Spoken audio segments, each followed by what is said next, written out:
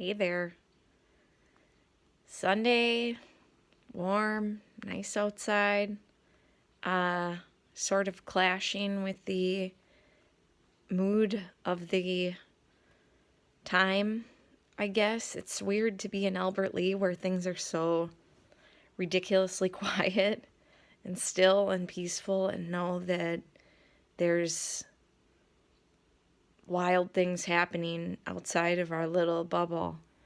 But I wanted to just share with you that I don't know. I don't know what to say. It's really disturbing what's happening. And my heart just breaks because, you know what, from my point of view, being a teacher, you just get to see the beauty in every single person, even when they're like nasty or make a mistake. You just see this beauty in everyone and kind of like an innocence. And it makes me so sad when people are mean. Like, what? Why? I just really struggle, and I'm kind of struggling to even articulate, but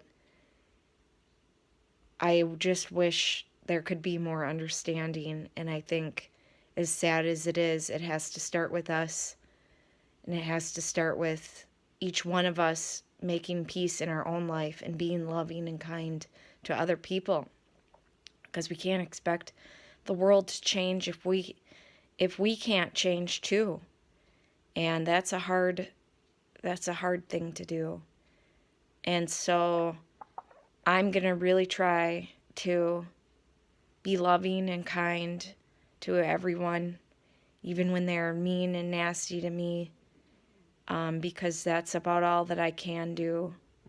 And it's hard because, sometimes people are mean and nasty to you, and we're seeing that in the news. They kill, they're violent, and you're helpless. What can you do? Your heart breaks for our victims, and you're so angry at these disgusting people who just are ignorant and afraid, and you listen to your stupid relatives. My relatives are driving me nuts right now. And it's like, why? How can you talk a big game about spirituality and kindness and love, go to church, but then make up all these weird, fallacious arguments? Like, I just wish I could have them in my class next year. But even though I'm angry with them, with other people, I have to not sink to that level, because doing that, people don't listen to your real argument. That's the whole thing we talked about with fallacies. When you start using fallacies, it detracts from the real argument. And so the focus has to be on the real argument. What's needed? Love, kindness, justice. No more fear. No more ignorance. That's what's needed. And so that's my mission, is to try to be more calm, more peaceful, more mindful, even of the people I hate, even of the people in my family who just, I just want to slap them. But that slapping them is the fallacy. It takes away from the real argument. And I know my family is trying to use fallacies, and I got to keep being smart and break down the fallacies and not joining the club. And so I hope, as you're struggling with what I'm struggling with, what everyone is, you keep in mind that a fallacy doesn't beat a fallacy. Truth is what wins. Even if you're dealing with ignorance, truth is what wins. A good argument is what wins. Evidence wins. And it's hard to beat evidence with fallacies, even though people try. So hang in there. Keep fighting the good fight. The world needs people like you. I am so proud of all my kids when I see the stuff that they post online. It's just crazy. Like, teachers say kids don't care about the world. Kids are selfish and ignorant.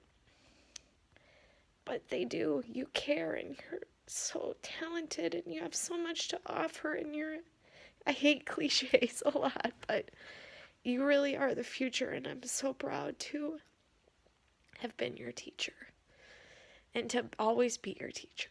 So hang in there, and if you want, I'll stop crying and we can do some mindfulness, because I think that's going to be what we need. That's the armor that we need to protect ourselves.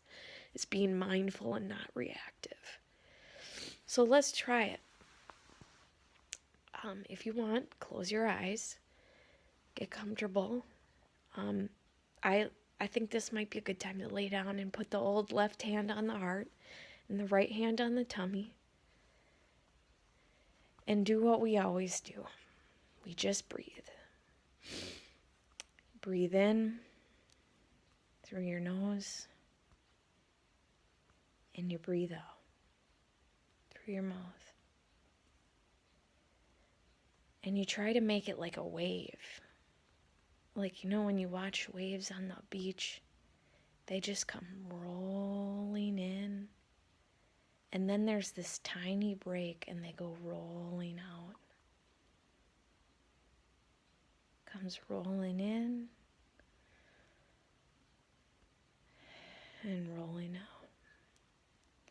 And sometimes in class, when I would do mindfulness, I could see some of you were really jerking your shoulders, like they were, you were breathing with a lot of intention, like really jerking the breath in and really pushing the breath out almost aggressively. Try to capture the feel of the ocean. Tide rolling in, waves just rolling out. And it's a weird little moment, that transition between rolling up and rolling back. But those two spots, that transition right there between in and out, that's really what marks that we're still going. The breath doesn't stop when it comes in, it transitions to going out. It's all kind of a part of the same pure process.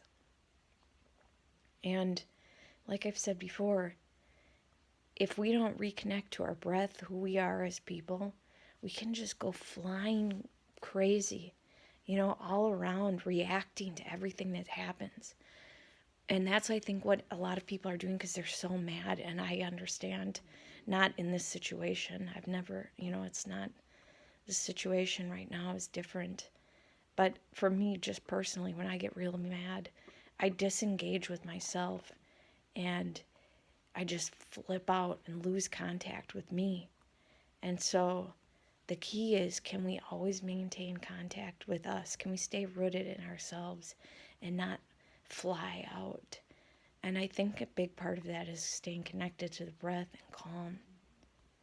And just remembering that without you connected to you, we're not going to be giving our best. If you're like me, you're probably going to do stuff you regret. And then worst of all, you're not taking seriously on what really bothers you. And you got to clean up the mess you made. So it's a double lose. So if we can keep being connected to ourselves, keep breathing, keep finding that inner peace, keep getting that heart rate to calm down, we can be more purposeful. We can be more intentional. We can get what's right. We can get what's needed. We can get justice if we keep rooted into our priorities, if we don't let insane people trigger us, bait us, and make us react so that they can use our reaction as the problem. Our reaction can't be the problem. The first action is what needs to be the problem. That's where the focus needs to be.